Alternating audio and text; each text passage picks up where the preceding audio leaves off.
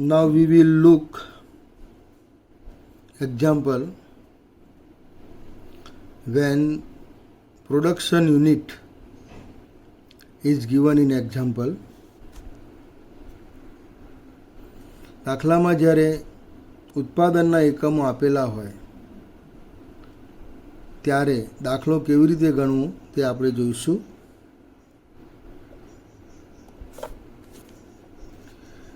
The profit and loss account of Anurag Engineering Company Limited for the year ending 31st March 2011 is set out below. Anurag engineering company લિમિટેડનું તારીખ 31મી March 2011ના રોજ પૂરા થતા વર્ષનું નફા નુકસાન ખાતું નીચે પ્રમાણે તમને આપેલું છે. Debit side opening stock unit 1200, credit side sales unit 15,000 unit and closing stock 22,000 units.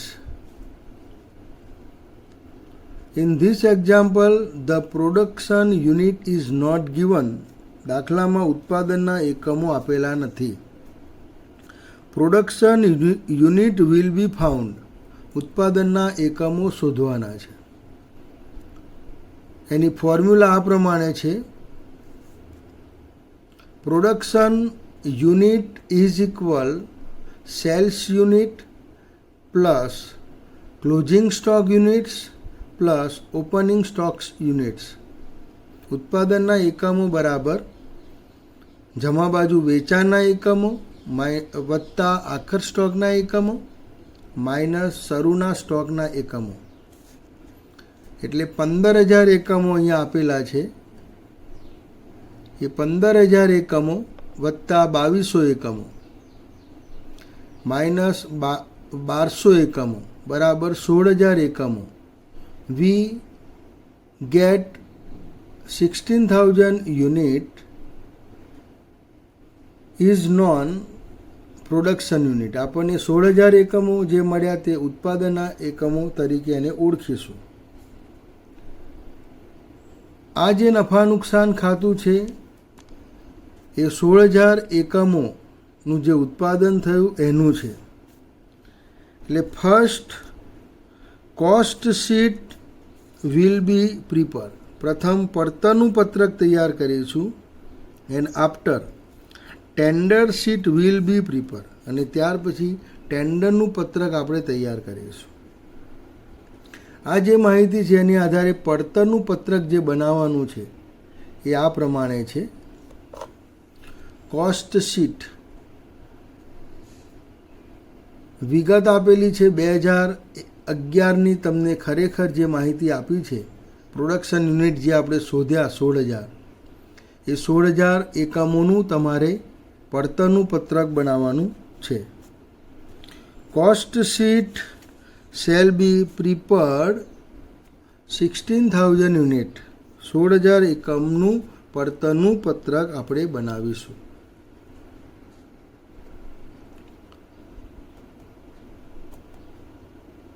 Raw material 9,60,000, direct veggies 4,80,000, માલ સામાન 9,60,000 અને પ્રત્યક્ષ મજૂરી 4,80,000. Put in cost sheet. પડતરના પત્રકમાં આપણે એને મૂકીશું. 9,60,000, 4,80,000 રો મટીરિયલ, ડાયરેક્ટ વેજીસ. આ બંનેને બોથ ડિવાઇડેડ બાય 16,000 યુનિટ 16,000 એકમ વડે ભાગીશું. એટલે આપણને પર યુનિટ કોસ્ટ મળશે. વી ગેટ પર unit cost of raw material and direct veggies 60 રૂપિયા અને 30 રૂપિયા. ટોટલ વી ગેટ 14,40,000 14,40,000 આપણને જે મળ્યા એ પ્રાથમિક ખર્ચ છે. એ is a prime cost divided by 16,000 units. એટલે per unit prime cost 90 rupees. Profit and loss account, debit side,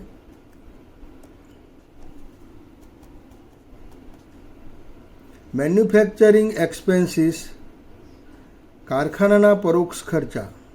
manufacturing expenses to be added to the prime cost, પ્રાથમિક પડતરમાં આપણે ઉમેરવામાં આવે છે. 3,20,000, 3,20,000 રૂપીસ ડિવાઇડેડ બાય 16,000 યુનિટ, 16,000 એકમ વડે એને ભાગીશું એટલે 20 રૂપિયા આવશે. Will become 20 rupees per unit factory overhead. And total prime cost and factory expenses arrive factory cost આપણને કારખાના પડતર મળશે 17,60,110, 17,60,110. And next to be added administration expenses, ત્યાર પછી વહીવટી ખર્ચ ઉમેરવામાં આવશે. વહીવટી ખર્ચ given debit side, office rent 40,000, salaries 90,000 and other administrative expenses 30,000. 3 items we put in cost sheet: office rent, salary and other. Total 3 items 1,60,000 divided by 16,000 unit, 16,000 એકમ વડે ભાગીશું 1,60,000 ને એટલે આપણને 10 રૂપિયા મળશે. We gate 10 rupees per unit administrative expenses. હવે આપણને જે પડતર મળશે તે નાવ વી અરાઇવ ઓફિસ કોસ્ટ, આપણને ઓફિસ પડતર મળશે. Is known also cost of production, એને ઉત્પાદનની પડતર પણ કહેવામાં આવશે. આ 16,000 એકમની છે. 16,000 એકમનું જે ઉત્પાદન થયું એની પડતર છે 19,20,000 પર unit 120, 120. In this production cost to be added opening stock and deducted closing stock. આ પડતરની અંદર શરૂનો સ્ટોક ઉમેરવામાં આવશે અને આખરનો સ્ટોક બાદ કરવામાં આવશે. શરૂનો સ્ટોક ડેબિટ સાઇડ તમને આપેલો છે 1,44,000, 1,44,000 અને ક્રેડિટ સાઇડ ક્લોઝિંગ સ્ટોક આપેલો છે 2,64,000, 2,64,000.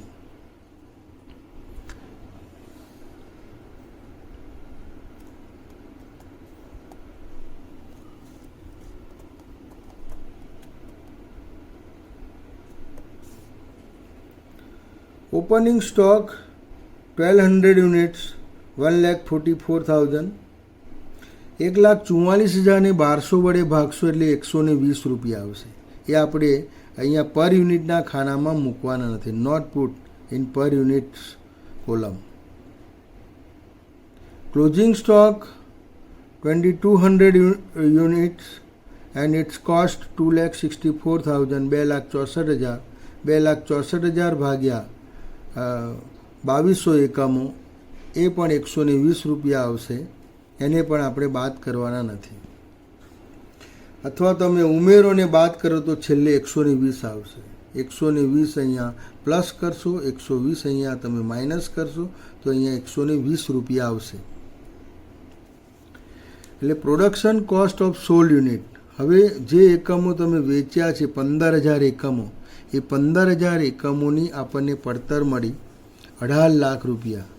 વી get cost of 15,000 sold unit is rupees 18 lakh rupees. Per unit 120. 18 lakh divided by 15,000. And next, selling and distribution expenses given debit side of profit and loss account 1,80,000, 1,80,000 divided by 15,000. અહીંયા તમારે 16,000 એકમ વડે નથી ભાગવાના, 15,000 એકમ વડે ભાગવાના છે. એટલે 12 રૂપિયા આપણને મળશે. We get 12 rupees per unit selling and distribution expenses. And we get cost of sales વેચાણની પડતર આપણને જે મળશે તે 19,80,000 19,80,000 પર યુનિટ 132. 19,80,000 ભાગ્યા 15,000 તમે કરશો તો 132 રૂપિયા તમને મળશે. Sales is given credit side on profit and loss account 26,40,000 જે 15,000 એકમનું વેચાણ છે એ અહીંયા મૂકીશું આપણે 26,60,000 પર યુનિટ 15,000 વડે ભાગશો એટલે ડિવાઇડેડ બાય 15,000 176 પર યુનિટ અરાઈવ 176 મળશે. Boat difference cost and cells boat difference profit 6,60,000 6,60,000 15,000 વડે ભાગીશું ડિવાઇડેડ બાય 15,000 એટલે આપણને પર યુનિટ મળશે 44 રૂપિયા. આ રીતે જે પહેલો ભાગ છે એ તમારે ફક્ત ઉતારો જ કરવાનો છે અને જે એકમો ઉત્પાદનના છે એના વડે ભાગીને આ રીતે મૂકવાનો છે. પણ એના ભાગ પાડતા આવડવા જોઈએ. પ્રાથમિક ખર્ચમાં 2 વિગત આવે. Include 2 item in prime cost. Factory એક્સપેન્સીસની અંદર કેટલી વિગત આવે એ પણ મેં તમને પત્રકમાં બતાવેલું છે. વહીવટી ખર્ચ કયો એ પણ મેં તમને બતાવેલું છે. પ્રાથમિક પડતર પછી આપણને કારખાના પડતર મળે. કારખાના પડતર પછી આપણને વહીવટી પડતર મળે. વહીવટી પડતર પછી આપણને વેચાણ પડતર મળે અને વેચાણ પડતર પછી વેચાણ મૂકતા આપણને નફો મળે.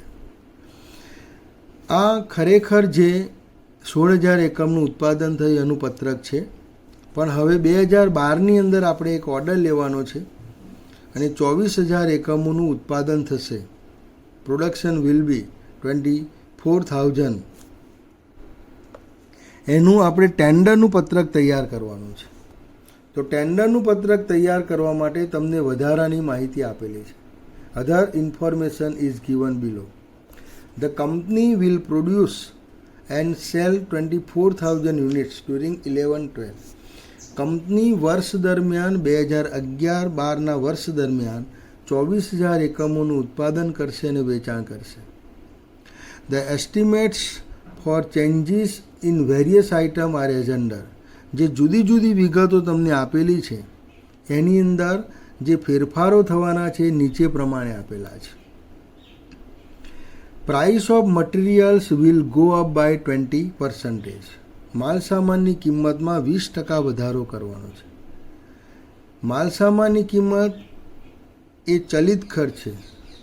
મટીરિયલ્સ ઇઝ વેરિયેબલ એક્સપેન્સીસ ચલિત ખર્ચ છે. એટલે જ્યારે એની અંદર વધારો કરવામાં આવે ત્યારે ઇન્ક્રીઝ ઇન પર યુનિટ એક્સપેન્સીસ એકમ દીઠ ખર્ચમાં તમારે વધારો કરવાનો છે અને ઘટાડો કરવામાં આવે ત્યારે પણ એકમ દીઠ ખર્ચમાં તમારે ઘટાડો કરવાનો રહેશે. પર યુનિટ મટીરિયલ 60 રૂપીસ પ્લસ 20% એટલે to be added 12 rupees to the 60 rupees. 60 રૂપિયામાં તમારે 12 રૂપિયા ઉમેરવાના છે એટલે 72 રૂપિયા આવશે. તમારો જે એરો ફરે છે ત્યાં 60માં 20% ઉમેર એટલે અહીંયા 72 મૂકવાના છે. 72 ઇન્ટુ 24,000 યુનિટ એટલે ટોટલ 17,28,000 રૂપીસ 17,28,000 ટોટલ મટીરિયલ વપરાશે.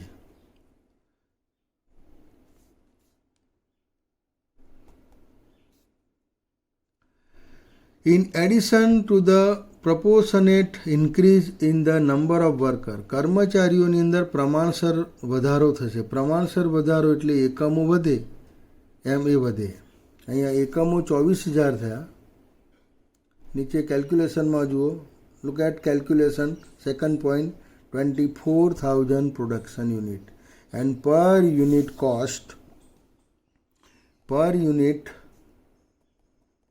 cost 30 rupees. Direct labor per unit labor 30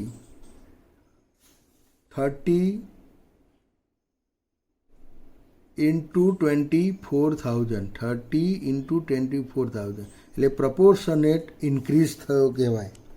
પ્રમાણસરનો વધારો. And next 24 new workers will have to be engage. બીજા વધારાના 24 કર્મચારીઓ એમાં રોકાશે. And each of them will be paid ₹6,000 per annum H veggies. મજૂરી તરીકે વાર્ષિક ₹6,000 એ દરેકને ચૂકવવામાં આવશે. એટલે 24 લુક એટ કેલ્ક્યુલેશન. 24 વર્કર 24 કર્મચારીઓ ગુણ્યા મલ્ટીપ્લાય 6,000 પર એનમ 6,000 એટલે ટોટલ 1,44,000 એડિશનલ વેજીસ વધારાની મજૂરી છે. એટલે both total 8,64,000 total veggies paid will be. Total મજૂરી ચૂકવાશે 8,64,000. અને કેટલા એકમો માટે? ફોર 24 યુનિટ્સ 24,000 એકમો માટે. એટલે પર યુનિટ કેટલી થઈ? ₹36. Put in sheet 36. એટલે we get prime cost per unit 108 and multiply 24,000 ₹25,92,000 total prime cost. And factory cost changes is given. Manufacturing expenses will raise in proportion to the combined cost of material and wages. માલસામાન અને મજૂરીના સંયુક્ત પ્રમાણમાં કારખાનાનો જે પરોક્ષ ખર્ચ છે તે વધશે. ઉત્પાદનનો પરોક્ષ ખર્ચ વધશે. કમ્બાઈન એટલે માલસામાન અને મજૂરીનો સરવાળો. તો અગાઉનું જે પત્રક છે એક્ચ્યુઅલ શીટ એમાં માલસામાન ₹60, મજૂરી ₹30, direct material 60, direct labour 30, total 90. ₹90 જ્યારે પ્રાઇમ કોસ્ટ હતી ત્યારે કારખાના પરોક્ષ ખર્ચ ₹20 થયો. When prime cost ₹90, the factory overhead is ₹20. Therefore, when prime cost 108 જ્યારે પ્રાથમિક પડતર ₹108 હોય ત્યારે કારખાના પરોક્ષ ખર્ચ કેટલો? What is factory expenses? એટલે ₹90 એ ₹20 તે 108 કેટલો? તમે ફોર્મ્યુલા મૂકશો 90 20 તો 108 કેટલો? તો 20 × 108 ડિવાઇડેડ બાય 90 ઇઝ ઇક્વલ ₹24 ₹24 આવશે.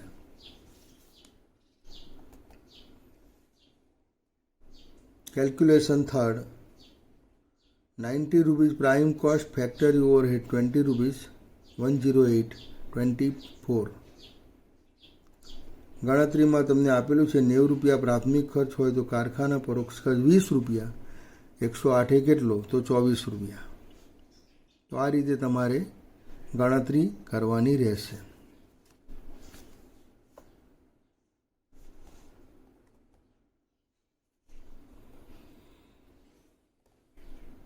એટલે total factory cost arrive ₹132 into production unit 24,000 એટલે total factory cost 31,68,000. And then administration expenses વહીવટી પરોક્ષ ખર્ચ changes is given.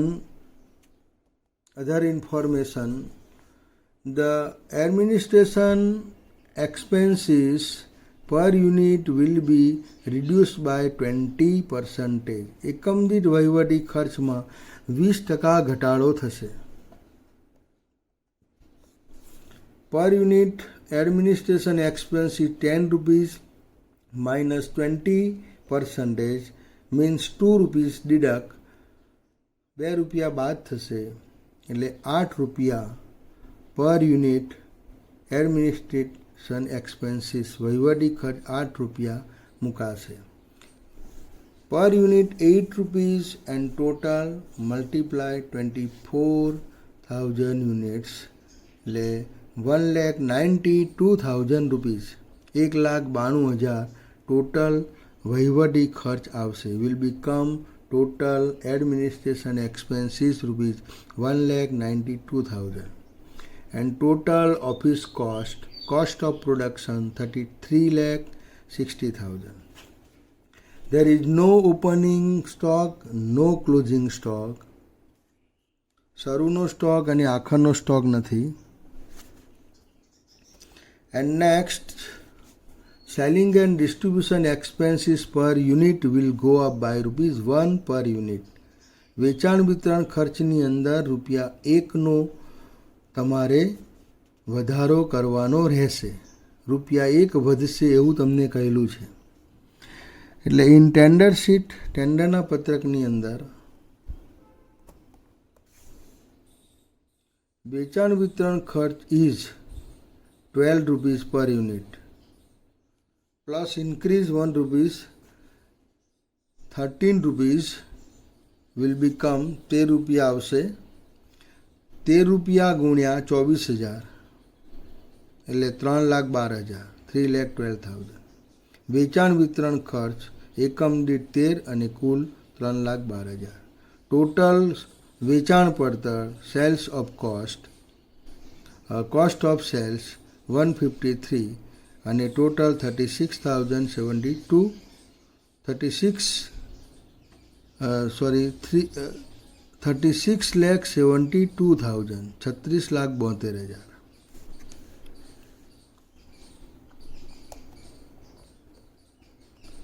Last, the same percentage of profit on selling price is to be maintained. વેચાણ પર જે નફાનો ટકાવારી છે તે અગાઉની જેમ જળવાઈ રહેશે. પર unit profit ₹44 and cost of sales 132. ₹132 વેચાણ પડતર હોય ત્યારે ₹44 નફો છે. માટે 153 કેટલા? તો તમને સીધા ₹51 મળશે. When cost of sales 132, profit is ₹44. Therefore, when the cost of sales is 153 હોય ત્યારે what is profit? નફો કેટલો? તો ₹51 આવશે. એટલે વેચાણ કિંમત એકમ દીઠ 204 મળશે.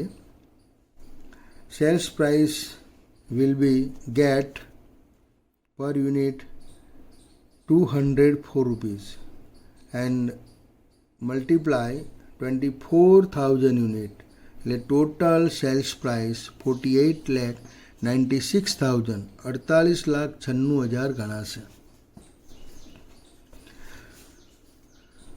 ટૂંકમાં પડતરનું પત્રક તમારે પહેલાં બનાવવાનું છે. માલસામાન મજૂરી વત્તા ઉમેરતા પ્રાથમિક ખર્ચ મળશે. પ્રાથમિક ખર્ચ પછી કારખાના પરોક્ષ ખર્ચ મેં મૂકેલો છે 3,20,000.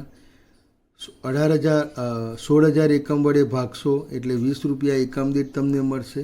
એટલે કુલ કારખાના પડતર મળી. એમાં વહીવટી ખર્ચ ઉમેરવાનો છે. વહીવટી ખર્ચની અંદર 3 વિગતો, એનું ટોટલ 1,60,000. 16,000 એકમ વડે ભાગ્યા 10 આવ્યા. ઓફિસ પડતર આવી. શરૂનો સ્ટોક તમારે ઉમેરવાનો છે. શરૂનો સ્ટોક ઉમેરો ત્યારે એકમ દીઠના ખાનામાં કોઈ ફેરફાર નથી કરવાનું. There is no change in column of per unit. આખર સ્ટોક જે છે, આખર સ્ટોક તમારે માઇનસ કરવાનો છે ત્યારે પણ એકમ દીઠના ખાનામાં કોઈ ફેરફાર નથી કરવાનો. ઉત્પાદનની પડતર મળી. અહીંયા 16,000 એકમનું ઉત્પાદન થયું છે. 1200 એકમો ઉમેર્યા અને આખરના 2200 એકમો બાદ કરે એટલે 15,000 એકમો મળ્યા. ત્યાર પછીનું પત્રક 15,000 એકમનું ગણાય. વેચાણ વિતરણ ખર્ચામાં ઉમેરો એટલે વેચાણ પડતર મળે. વેચાણમાંથી વેચાણ પડતર બાદ કરો એ આપણને નફો મળે 6,60,000. જ્યારે ટેન્ડરનું પત્રક બનાવો ત્યારે એકમ દીઠ ફેરફારો અને કુલ ફેરફારો તમને જે પ્રમાણે કહ્યા હોય એ પ્રમાણે તમારે ફેરફાર કરવાના છે. દાખલા તરીકે અહીંયા માલ સામાનમાં 20% વધારો કર્યો એટલે ₹72 આવ્યા. પ્રત્યક્ષ મજૂરીની અંદર પ્રમાણસર અને વધારાની મજૂરીનો સરવાળો કરી આપણે 24,000 એકમ વડે ભાગ્યા એટલે ₹36 આવ્યા. એટલે પ્રાથમિક પડતર આપણને મળી ₹108. પ્રાથમિક પડતર અગાઉ ₹90 હતી. કમ્બાઈન ફેરફાર કરેલો છે, કમ્બાઈન વધારો કયો છે. પ્રાથમિક પડતર 90 રૂપિયા હતી ત્યારે કારખાના ખર્ચ 20 રૂપિયા હતો. 108 કેટલો? તો 4 રૂપિયા વધશે એટલે 24 રૂપિયા થશે. કારખાના પડતર મળશે. વહીવટી ખર્ચની અંદર તમને 20% ઘટાડો કરેલો છે એટલે 2 રૂપિયા ઓછા થશે એટલે આપણને ઓફિસ પડતર મળશે. અહીંયા શરૂનો અને આખરનો સ્ટોક નથી એટલે 140 રૂપિયા આપણે નીચે ઉતારીશું એટલે આપણને વેચેલા એકમોની ઉત્પાદન પડતર મળશે 140 રૂપિયા. એને 24,000 એકમ વડે ભાગશો એટલે 33,60,000 મળશે. વેચાણ વિતરણ ખર્ચની અંદર 1 રૂપિયાનો વધારો કયો છે એટલે 12ની જગ્યાએ તમારે 13 રૂપિયા મૂકવાના છે અને 13ને 24,000 વડે ગુણવાના છે એટલે આપણને વેચાણ પડતર મળશે. નફાનો દર અગાઉના જેટલો જ રહેશે એવું કહ્યું હોય ત્યારે સીધી તમારે ફોર્મ્યુલા ત્રિરાશિ મૂકવાની છે. 132 રૂપિયાએ 44 રૂપિયા નફો માટે 153 કેટલો એટલે 51 રૂપિયા નફો આવશે.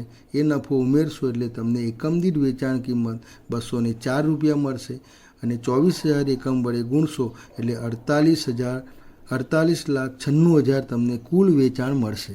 આ રીતે તમારે ખરેખર પડતરનું પત્રક અને ટેન્ડરનું પત્રક પરીક્ષામાં બનાવવાનું રહેશે. ગણતરી તમને બધી જ આપી દીધેલી છે મેં. ગણતરી તમારે જોવાની રહેશે. નફો ડાયરેક્ટ ત્રિરાશિ પ્રમાણે ન મૂકો તો ટકાવારી પ્રમાણે પણ શોધી શકાય. 132 રૂપિયા પડતર હોય તો 44 ટકાવારી શોધવી હોય તો 100 મૂકવાના તો 33.33% આવશે એટલે કે 1/3 ભાગ તમારે નફો ઉમેરવાનો રહેશે. આમ દાખલાની અંદર આપેલી વિગતોને આધારે ખરેખર પડતરનું પત્રક બનાવવાનું છે અને વધારાની જે માહિતી આપી છે એમાં ફેરફાર કરીને તમારે ટેન્ડરનું પત્રક બનાવવાનું રહેશે.